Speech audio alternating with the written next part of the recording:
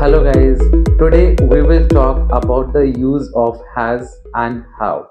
The meaning of has and how is पास है. It means किसी भी चीज का हमारे पास होना. And with singular subjects he, she, it and any name we use has, and with plural subjects you, we, they, I and more than one name we use how. And we do not use main verb with has and have or in case of पास है. We have some examples. मेरे पास एक सुंदर घर है. I have a beautiful home.